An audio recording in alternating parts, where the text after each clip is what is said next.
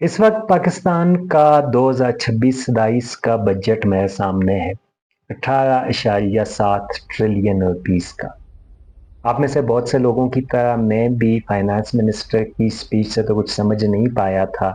कि आखिर इस बजट में क्या होने जा रहा है, क्योंकि एक तरफ एदाद शुमार का गोरख धंधा था और दूसरी तरफ अपोजिशन का शोर। लेकिन एक आम आदमी जिसने कभी ख्वाब में भी खरबों रुपए नहीं देखे 18.7 खरब का सुनकर यकीनन परेशान और हैरान तो होगा। उसके लिए ज्यादा अहम ये नहीं है कि कुल बजट का वॉल्यूम कितना था, बल्कि उसके लिए ज्यादा अहम यह है कि वो जो 25 रुपए की एक रोटी लेता था अब उसे कितने में मिलेगी। उसके लिए ज्यादा अहम यह है कि उसका जो सॉफ्टवेयर इंजीनियर है आखिर उसको क्या फ़ायदा होने जा रहा है, और उसका किसान यकीनन ये सोच रहा होगा कि उसकी खाद की कीमतें उसके हमसाया ममालिक जैसे हिंदुस्तान और बांग्लादेश के मुकाबले में कितनी कम या ज़्यादा हो रही है। तो हम इस बजट को आज डिकोड करने की कोशिश करेंगे और हम समझने की कोशिश करेंगे कि आया इस बजट के एदाद शुमार क्या हैं, ऐसे एदाद शुमार जो हमें समझ में आ सके। दूसरा, इस बजट की असल हकीकत क्या है, असल में होने क्या जा रहा है। और तीसरा, ये बजट किस तरह से और किसके लिए बनाया गया है। ये पूरा जो ढांचा है हुकूमत का, ये किसके मफादात का मुहाफिज है। तो इन तीन अहम पहलुओं पे आज हम बात करने जा रहे हैं। तो आइए समझने की कोशिश करते हैं पाकिस्तान के बजट 2026-27 को एक आम आदमी की निगाह से। तो जनाब, इस बजट के 18.7 खरब रुपए को तो समझना मुश्किल था। चलिए इसे आसानी के लिए हम ऐसा करते हैं कि एक ऐसे नोट के साथ कंपेयर करते हैं जो हम में से हर एक के जेब में यकीनन होता ही है। 100 रुपए का नोट। और 100 रुपए को हम समझते हैं कि ये पाकिस्तान का कुल बजट है। और अब हम जानने की कोशिश करते हैं कि 100 रुपए में से हमें क्या मिलेगा, बाहर क्या जा रहा है, हमारे दफा को क्या मिलेगा, डेवलपमेंट को क्या मिलेगा। तो इन तमाम चीज़ों को समझने की हम कोशिश करते हैं। पाकिस्तान के कुल बजट में से 100 रुपए में से 45 रुपए 45 रुपीस हम डेट सर्विसिंग में लगा देंगे। यानी ये बजट हमें ये बताता है कि 45 रुपए हमें उस सूद की शरह में और कर्जों की वापसी के लिए देना है जो कि 2026-27 में हम करने जा रहे हैं। अब ये तो एक अलग सवाल है कि ये कर्जा क्यों लिया गया और किसके लिए लिया गया। बहुत सारे लोगों का ये ख्याल है और ये यकीनन एक हकीकत पे मबनी ख्याल है कि ये 45% जो हम सूद की शरह में देने जा रहे हैं ये असल में हमारे दफाई बजट का ही एक हिस्सा है,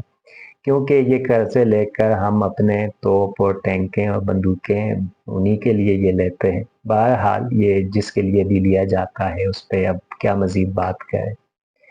इसके बाद हमारा दफाई बजट आता है। दफाई बजट में इस दफ़ा 18% इजाफा किया गया है। भाई खत्े के हालात बहुत ख़राब हैं, मुल्क में दहशत गर्दी वगैरह भी हो रही है और अफगानिस्तान के साथ भी हमारा पंगा है, हिंदुस्तान के साथ भी हमारा पंगा है और कुछ हमारे दूसरे बॉर्डर्स पे ईरान में भी मसाइल हैं। तो इसलिए हमें अपने दिफाई बजट में तो इजाफा करना है। तो 45 रुपए कर्जे वापस करके जो बाकी पैसे बचते हैं यानी 55 रुपए, उसमें से 16 रुपए तो हम सीधा सीधा अपने दिफा को दे देंगे।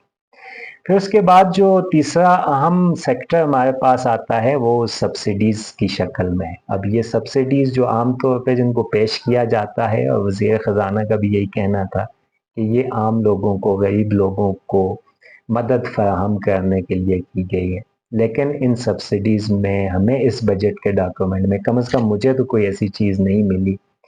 कि जो ये फ़र्क बताती हो कि एक आम आदमी जो महीने के 15 से 20 हज़ार रुपये कमाता है उसको ये सब्सिडी कितनी मिलेगी, या उसकी सब्सिडी में और एक इंडस्ट्रियल ओनर की सब्सिडी में क्या फ़र्क है। तो दोनों को एक तरह से सब्सिडी मिलेगी, क्योंकि ये सब्सिडी बिजली की कीमत में आम तौर पे जो एक्सपेक्टेशन है, जो उम्मीदें हैं वो दी जाती हैं, या कुछ अशियाए खुर्द-ओ-नोश पे ये सब्सिडीज़ हमें मिल जाएंगी। लेकिन ये ऐसा नहीं है कि ये सिर्फ गरीब लोगों के लिए ही सब्सिडीज़ है। फिर उसके बाद जी अगला फिगर है हमारा पेंशन का। तकरीबन 6 रुपये हम पेंशन की मद में दे देंगे, 16 रुपये दिफा की मद में, 7 रुपये हम सब्सिडीज की मद में और 6 रुपये हम पेंशन्स की मद में। अब पेंशन्स की भी एक अलग कहानी है, ऐसा लगता है, बल्कि कुछ माहिरीन के अंदाज़ों के मुताबिक अगर हम इसी शरह से पेंशन्स के बोझ के तले दबते चले गए तो शायद 2050 के बजट में हमें 50% अपना बजट सिर्फ पेंशन्स के लिए देना हो। तो ये ऐसे होगा कि जैसे हमारे बच्चे या उनके बच्चे 2050 में जो कमा रहे होंगे, वो 2019-20 में जिन क्लर्कों ने मुख्तलिफ दफातर में या गवर्नमेंट सर्विसेज में काम किया है तो उनको तनख्वाहें दे रहे होंगे। बहरहाल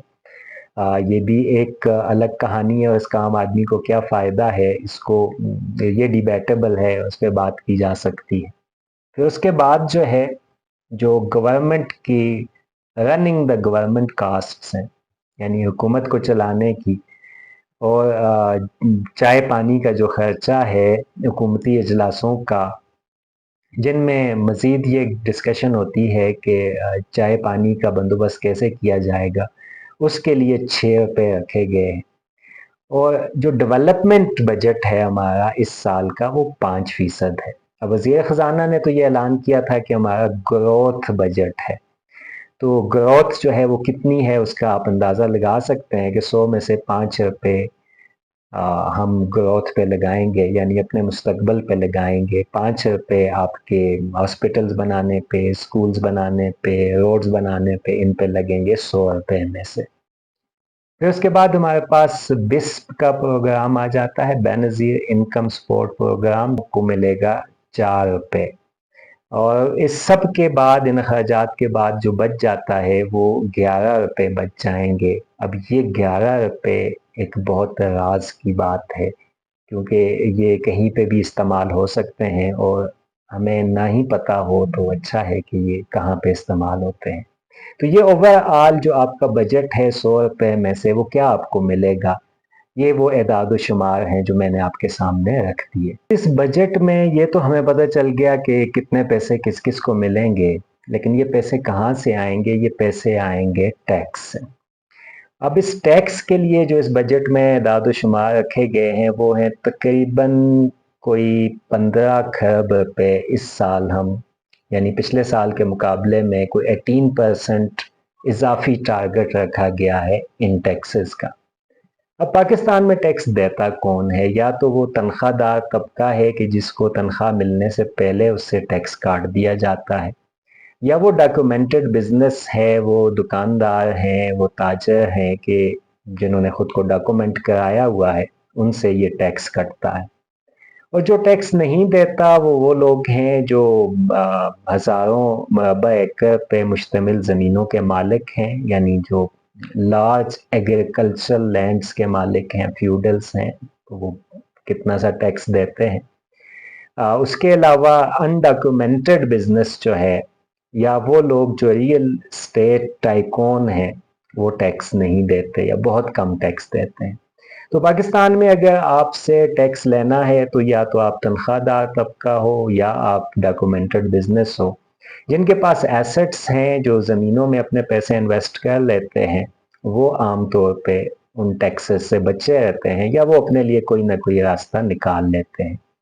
अब पाकिस्तान में तकरीबन कोई इसी बजट स्पीच के दौरान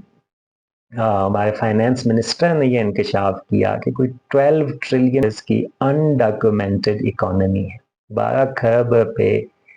कैश की शक्ल में या एसेट्स की शक्ल में हमारे पास मौजूद हैं, जिनकी डॉक्यूमेंटेशन नहीं होती। अब इनको कैसे टैक्स नेट के अंदर लाया जाएगा और इनसे कैसे टैक्स लिया जाएगा, ये तो अभी सोचने की बात है और शायद पता नहीं हुकूमत कैसे ये लेकर आएगी। लेकिन जो छोटे दुकानदार हैं उन पे टैक्सेस यकीनन लगाए गए हैं, और जैसे एक आम आदमी हमेशा कानून की जद में सबसे पहले आता है, तो छोटे जो ताजर तबका है वो भी कानून की जद में आएंगे। और हर एक दुकानदार को न सिर्फ खुद को रजिस्टर कराना होगा, बल्कि उनको अपने 25,000 रुपये अपनी दुकान के टैक्स के तौर पे एक फ़िक्स अमाउंट की शक्ल में देना होगा। तो ये एक ख़बर जो है वो छोटे बिजनेसमैन के लिए है कि उनको इस पे सोचना चाहिए। दूसरी तरफ जो तनख्वाहदार तबका है उसके लिए तनख्वाहों में कोई 7% का इजाफा किया गया है, लेकिन ये 7% का इजाफा, इसके अगर सिर्फ 2 पैरामीटर्स आप देख लें तो आपको समझ आ जाती है कि आया ये इजाफा है भी या नहीं। जब आप महंगाई की शरह को देखते हैं, पिछले 3-4 महीनों की एवरेज निकाल लें तो पाकिस्तान में इन्फ्लेशन में कोई 11% इजाफा हो चुका है। यानी हुकूमत आपको 7 रुपये देगी और 11 रुपये आपसे लेगी, 4 रुपये आप फिर भी नुकसान में हो। दूसरी तरफ पेट्रोलियम लेवी जो है उसमें इजाफा होगा और पेट्रोलियम लेवी की मौजूदगी में वो पैसे जो आपकी तनख्वाह में कुछ इजाफा हो रहे हैं वो आप जाके पेट्रोल पंप पे दे दोगे, और पेट्रोल की प्राइसेस महंगी होने से आपकी तमाम अशियाए खुर्द व नोश और आपकी बेसिक नीड्स की जितनी चीज़ें हैं वो सब भी महंगी हो रही होंगी। अब पेट्रोल लेवी में इजाफा एक अहम टूल है हुकूमत का जिससे कि वो पैसे कमाती है, और पिछले कई महीनों से वो इनसे पैसे कमा रही है। इसको आसानी से समझने के लिए आप ये समझें कि अगर आलमी मार्केट में पेट्रोल की कीमतों में कमी भी होगी तो उससे भी पेट्रोल लेवी में कोई कमी नहीं होगी। हमें उतनी ही पेट्रोल की कीमत देनी होगी जितनी कि हम आज दे रहे हैं, और अगर आलमी मार्केट में पेट्रोल की कीमतों में इजाफा होता है तो लेवी में भी इजाफा हो जाएगा। तो ये ऐसे है कि जैसे एक बंदा जो है किराए के मकान में रहता है, और जब भी उसकी तनख्वाह में इजाफा होता है तो मालिक मकान उसका किराया भी ज़्यादा कर देता है, लेकिन जब उसकी तनख्वाह में कमी होती है तो उसको उतना ही किराया देना होता है जितना कि वो पहले दे रहा था। तो बहर सूरत ये जो पेट्रोल लेवी है ये सीरियसली हर्ट करने जा रही है एक आम इंसान को, एक आम पाकिस्तानी को, एक तनख्वाहदार तबका हो या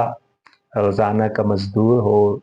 दोनों को। क्योंकि किरायों में इजाफा होगा, इससे आप रिक्शा पे सफ़र करते हैं या आप डेली ट्रांसपोर्ट पे सफ़र करते हैं तो यकीनन आपके लिए ये एक ह्यूज बर्डन बनने जा रहा है। अच्छा, अब हम जानने की कोशिश करते हैं कि इस बजट का फ़ायदा किस किस को हो रहा है। उसमें पहले नंबर पे जिसको रखा जाता है वो सैलरीड क्लास है, तनख्वाहदार तबका है। तनख्वाहदार तबके की तनख्वाहों में कुछ इजाफा जो है वो एक तरफ, लेकिन उनके लिए कुछ टैक्स डिडक्शन की गई है। यानी अगर आप इससे पहले 22% टैक्स देते थे तो अब आपको 20% टैक्स देना होगा। ये बज़ाहिर ऑन पेपर तो एक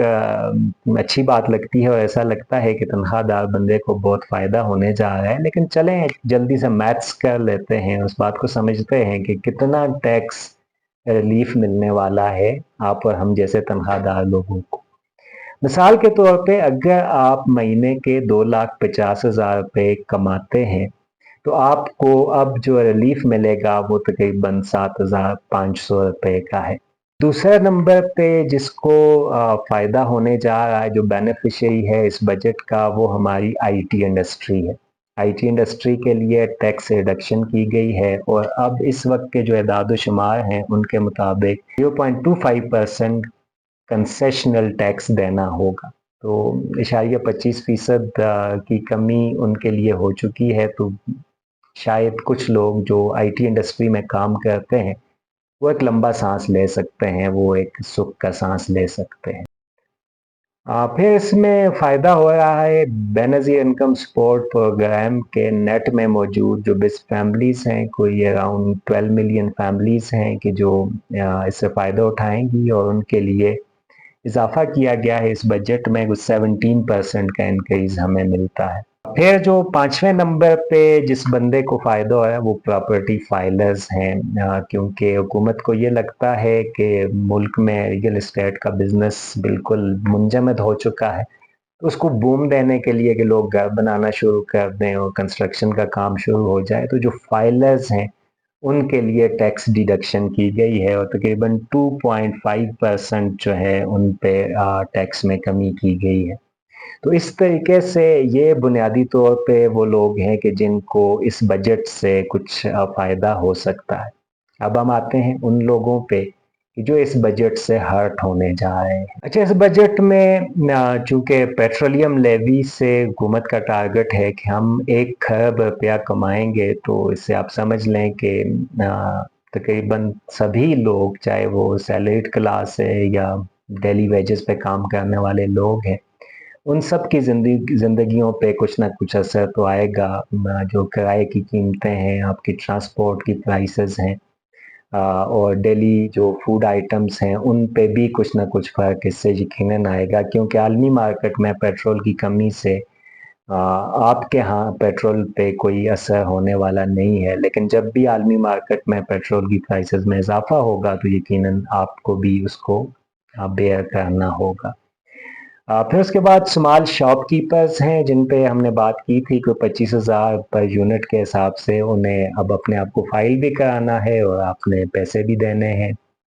تو آپ بھی اس کا نشانہ بننے جا رہے ہو۔ اس کے بعد جو ایک انٹرسٹنگ چیز ہے، جو آپ کے یوٹیوبرز ہیں، انفلوئنسرز ہیں، یہ کبھی ٹیکس نیٹ سے باہر ہوا کرتے تھے، اب ان کو بھی ٹیکس دینا ہوگا، اور اس کے لیے کوئی 5% ٹیکس جو ہے وہ پروپوز کیا گیا ہے ان پیسوں پہ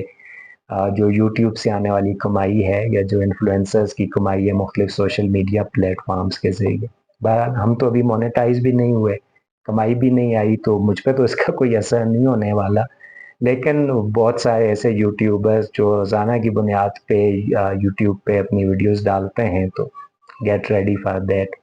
آپ کو اب اس میں سے شیئر دینا ہوگا، آپ کو ٹیکس دینا ہوگا۔ اچھا جی، جو کسان ہیں اس میں خاص طور پہ ان کے لیے کھادوں کی قیمت میں اضافہ ہو جائے گا، اور جو مارکیٹ پرائسز ہیں ان کی جو پیداوار ہوگی اس کی، ان میں کوئی خاص فرق آنے والا نہیں ہے، تو یقیناً ان کو یہ چاہیے کہ وہ ذرا سا دیکھ لیں کمپیریزن میں کہ ہندوستان اور بنگلہ دیش جیسے ملکوں میں کسانوں کے لیے کھادوں میں جو قیمتیں ہیں وہ پاکستان سے کئی گنا کم ہیں، تو یہ جو ہمارا ایگریکلچرل سیکٹر ہے اور اس میں جو ایک چھوٹا کسان ہے، یقیناً اس کو بھی اس بجٹ میں اس کے لیے کوئی ریلیف نہیں ہے، بلکہ وہ بھی اس میں نقصان اٹھائے گا۔ اچھا، اب گورنمنٹ جو پیسے کمائے گی ٹیکسز کے بعد، جو دوسرا امپارٹنٹ سیکٹر ہے وہ ہے پرائیویٹائزیشن کا۔ جیسے پی آئی اے کو پرائیویٹائز کر لیا گیا، اور اس کے علاوہ باقی بہت سارے سیکٹرز پرائیویٹائز ہونے جا رہے ہیں، تو یہ ایسے ہے کہ آپ اپنے گھر میں کوئی ایک چیز لانے کے لیے دوسری چیز کو بیچ دو، جیسے آپ اپنے فرنیچر کو بیچ دو، کہو کہ ہم نے آٹا لے کے آنا ہے، تو بہرحال یہ جو پرائیویٹائزیشن ہے یہ کس حد تک آپ کی اکانومی کو سسٹینیبلٹی دے سکتی ہے، اور اس کے ایک عام آدمی کی زندگی پہ کیا فرق ہوگا۔ تو ایک بائیں بازو کا نقطہ نظر تو یہ ہے کہ جب آپ پرائیویٹائز کرتے ہیں تو پرائیویٹائزیشن میں جو پرائیویٹ بزنسز ہوتے ہیں ان کو انٹرسٹ موٹیو جو ہے وہ موو کراتا ہے، یعنی ان کی موٹیویشن جو ہوتی ہے وہ ہمیشہ منافع ہوتی ہے، تو جب منافع آپ کی موٹیویشن ہو تو جو بیسک نیڈز ہیں ان کو جب آپ پرائیویٹائز کرتے ہیں، جیسے الیکٹریسٹی ہے، جیسے آپ کی ٹرانسپورٹ سروس ہے، اس کو جب آپ پرائیویٹائز کرتے ہیں تو اس کے نتیجے میں ہوتا کیا ہے کہ چیزوں کی قیمتوں میں اضافہ ہوتا ہے، مارکیٹ کے اندر ایکٹیویٹی تو آتی ہے لیکن ایک عام آدمی کو اس سے کوئی فائدہ نہیں ہوتا، بلکہ الٹا اس کو اب زیادہ قیمتیں طے کرنی ہوتی ہیں چیزوں کی۔ یہ تو ایک اوور آل خلاصہ میں نے آپ کی سمجھ کے لیے اس کو آسان بنانے کی کوشش کی کہ آپ کو پاکستان کا جو بجٹ ہے 26-27 کا یہ آسان الفاظ میں سمجھایا جا سکے، اور امید ہے کہ آپ کو شاید اس کی سمجھ آ بھی چکی ہو۔ اب اس بجٹ پہ آپ کو مختلف قسم کے رسپانس ملیں گے، ہمارے ہاں جو بایاں بازو ہے یقیناً وہ اس بجٹ کو ڈکلیئر کرے گا، اور کرنا بھی چاہیے، اور وہ لگتا بھی ایسے ہی ہے کہ یہ بجٹ امراء کے لیے بجٹ ہے، یہ آپ کے ویلدی کلاسز کے لیے اور ان کے مفادات کے تحفظ کے لیے بجٹ ہے۔ جو آپ کا رائٹ ونگ ہے، جو دایاں بازو ہے، اس کے اندر آپ کو دو طرح کی آراء ملیں گی۔ ایک طرف وہ لوگ ہوں گے کہ جن کو کوئی کنسرن نہیں ہے اس بجٹ کے ساتھ، اور جن کے خیال میں دانے دانے پہ لکھا ہے کھانے والے کا نام، اور جو تقسیم ہے اور جو معیشت کی تقسیم ہوتی ہے یہ انسان تو کرتے نہیں ہے، یعنی خدا نے جس طرح کی تقسیم کر دی ہے تو ویسے ہی ملے گا۔ جو غریب آدمی ہے اس کے نصیب میں غربت لکھی ہوئی ہے، اور جب تک اس کا نصیب آسمانوں سے نہیں بدلتا تو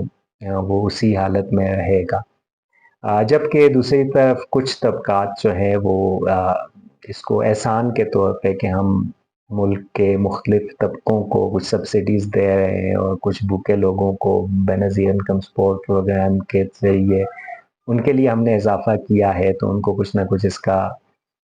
فائدہ بھی پہنچانے کی کوشش کی جا رہی ہے، اور حکومت تو اپنی طرف سے عام آدمی کو ریلیف دینے کی کوشش کر رہی ہے، جیسا کہ آپ کے وزیر خزانہ نے یہ اعلان کیا، یہ پاکستان کے عام آدمی کا بجٹ ہے۔ لیکن جو اہم سوال ہیں جو پوچھنے والے ہیں اور جو رک جائیں گے اس بجٹ کے بعد اگلے سال تک، پھر ہم بھول جائیں گے اور اپنے زندگی کے مختلف کاموں میں الجھ جائیں گے، لیکن یہ سوال لازماً ہمیں پوچھنے چاہیے کہ آخر جب 100 روپے میں سے 45 روپے قرضوں کی ادائیگی کے واپس جانے میں لگ جاتا ہے، اس کے لیے کون سا میکانزم ہے کہ ان قرضوں کے جال سے ہم بچ سکیں، جسے ہم سرمائے کی زنجیریں کہتے ہیں، کہ جو ہمارے وسائل کو تقریباً ہمارے آدھے وسائل کو وہ اسی طرح سے لوٹ کے واپس لے جاتے ہیں۔ تو ان سے نکلنے کا راستہ کیا ہے، اور حکومت نے کہاں پہ اس کے لیے کوئی ایسا طریقہ کار وضع کیا ہے کہ جہاں ان قرضوں کا بوجھ ہم پہ کم ہو سکے گا۔ دوسرا جو عام سوال ہے کہ ایک امیر اور ایک غریب کے درمیان جو ڈسپیرٹی ہے اس بجٹ میں، وہ جو فرق ہے، جو تفریق ہے دونوں کے درمیان، آیا یہ بجٹ اس فرق کو کس حد تک مٹانے میں کامیاب ہوا ہے، یا یہ فرق آنے والے سالوں میں 5 سالوں میں یا 10 سالوں میں کس حد تک کم ہو پائے گا؟ اور تیسرا عام سوال یہ ہے کہ کیا حکومت ہمیشہ اپنی ذمہ داری سے بھاگتی رہے گی پرائیویٹائزیشن کے ذریعے، اور جو کچھ حکومت کے پاس ہے وہ اپنے اثاثے بیچ کر، کب تک یہ چیزیں اپنے اثاثے بیچ کر اپنا کاروبار مملکت چلایا جاتا رہے گا؟ یہ وہ سوال ہیں جو ہمیں پوچھنے چاہیے، اور ایک غریب آدمی کو یقیناً یہ سوال پوچھنا چاہیے کہ یہ بجٹ اس کا ہے، یہ اس کے ٹیکسز کی تقسیم ہے، تو اس کے ٹیکسز کی تقسیم میں اگر آئی ایم ایف کو وہ بھیجا جاتا ہے کہ وہ اپنی رائے دے اس بجٹ کے حوالے سے، تو کب پاکستان کے عام عوام سے پوچھا جائے گا کہ وہ اپنی رائے دیں، وہ یہ بتائیں کہ آخر اس بجٹ کی تقسیم ان کے خیال میں کیسی ہونی چاہیے۔ بہرحال ان چند سوالوں کے ساتھ یہ ہمارا 2026-27 کے بجٹ میں تجزیہ تھا۔ امید ہے آپ کو سمجھ آئی ہوگی اس بجٹ کی، اور امید ہے کہ یہ گفتگو کا سلسلہ آگے چلتا رہے گا۔ Thank you.